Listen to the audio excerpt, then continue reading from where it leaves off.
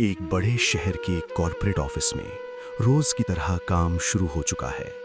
Glass के cabins, silent corridors और deadlines का प्रेशर, सब कुछ नॉर्मल दिखता है। लेकिन हर जगह की तरह यहाँ भी कुछ कहानियाँ ऐसी होती हैं जो बाहर नहीं आती।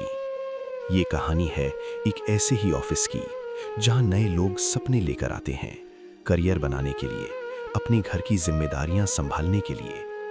उनमें से कुछ लोग ऐसे भी थे जो फाइनेंशियल प्रेशर में थे। किसी के घर में प्रॉब्लम थी, किसी को पैसे की सख्त जरूरत थी। शुरू में सब कुछ नॉर्मल था, ट्रेनिंग सेशंस, फ्रेंडली एनवायरनमेंट और एक सपोर्टिव टीम। लेकिन धीरे धीरे कुछ लोगों को फील होने लगा कि उन्हें अलग तरह से ऑब्जर्व किया जा रहा है। ट्रेनिंग के दौरान कुछ लोगों से उनकी पर्सनल लाइफ के बारे में ज्यादा सवाल किए जाने लगे, उनकी फैमिली, उनके बिलीफ्स, उनकी कमजोरियां। धीरे धीरे कुछ लोग टारगेट बनने लगे। पहले उनसे फ्रेंडली बात की गई, उनकी प्रॉब्लम्स समझी गईं, उन्हें इमोशनल सपोर्ट दिया गया। फिर धीरे धीरे उनके आसपास एक अलग एनवायरनमेंट क्रिएट किया गया। उन्हें कुछ चीज़ों को फॉलो करने के लिए एनकरेज किया गया।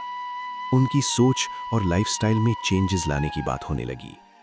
कुछ लोगों ने इग्नोर किया, कुछ ने मना भी किया, लेकिन कुछ के लिए सिचुएशन इतनी सिंपल नहीं थी।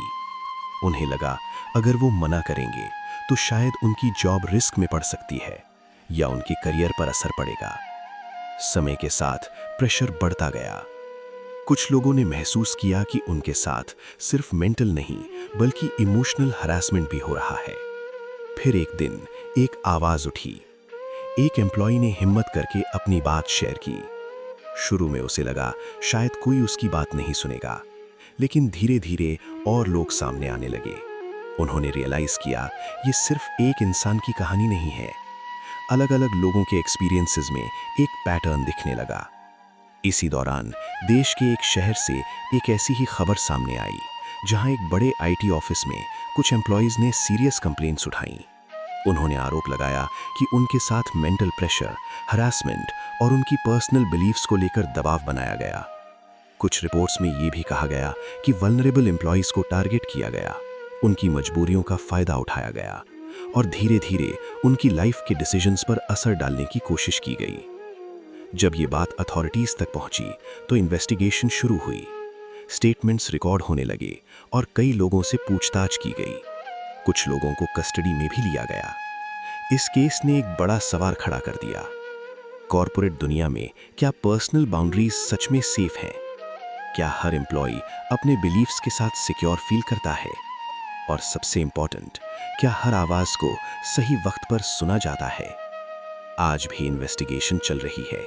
सच क्या है और कितना गहरा है, ये अभी पूरी तरह सामने आना बाकी है। लेकिन एक बात साफ है, कभी कभी सबसे बड़ी कहानी वही होती है जो धीरे धीरे टुकड़ों में सामने आती है।